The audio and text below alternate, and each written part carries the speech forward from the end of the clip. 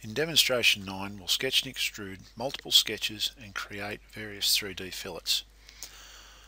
We'll be creating multiple sketches on various solid faces. We'll be using the rectangle command. We'll also be using the coincident and collinear constraints and dimensions as required. And we'll be extruding our various sketches along different axes, and then we'll be using multiple 3D fillets. Let's start by creating a new part file using the standard millimeter IPT template. We'll now start our first 2D sketch and we'll select one of the origin planes to do that on.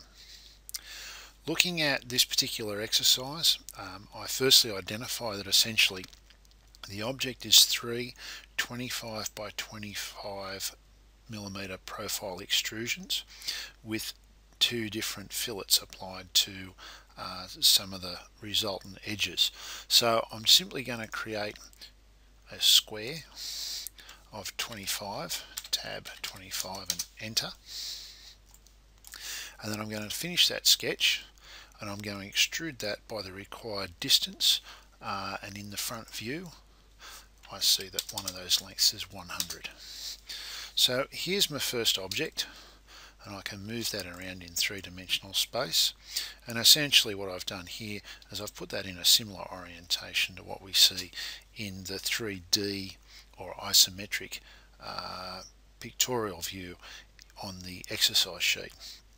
So now I'm going to put a sketch on this front face which I'll extrude outwards, the 75 millimeters, but the extrusion will actually be 75 minus 25 millimeters. So I start a new 2D sketch on this face, and immediately I can place a rectangle. I'll snap it to that origin point, and then I can type in 25, enter.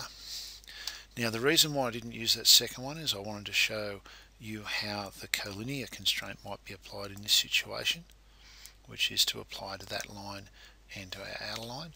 And now we see that our sketch is fully constrained.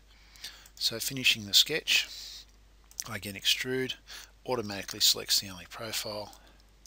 I change the distance to 50, which will give us a total distance from this back edge to this front face of 75 millimeters. And then I click OK.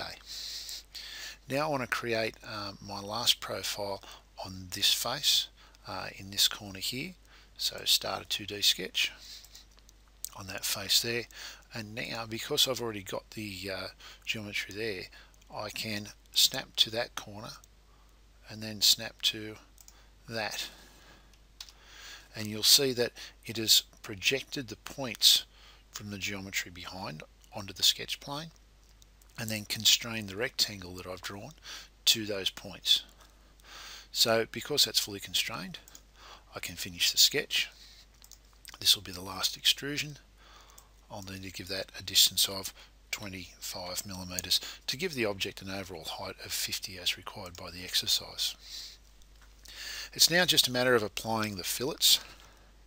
So looking at the exercise, I see that these internal edges here have all got a radius of 8, and the external corners, which are around behind the object, have got a radius of 15.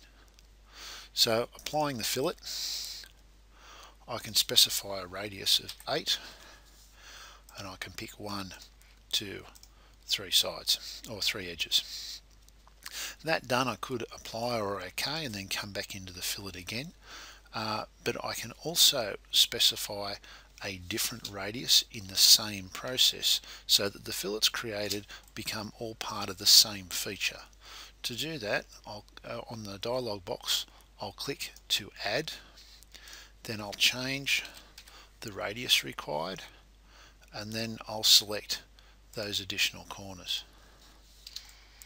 And you'll see that the radiuses that are created are different, but they're all actually part of the one feature. So when I click OK, there's only one fillet feature that's added to the browser.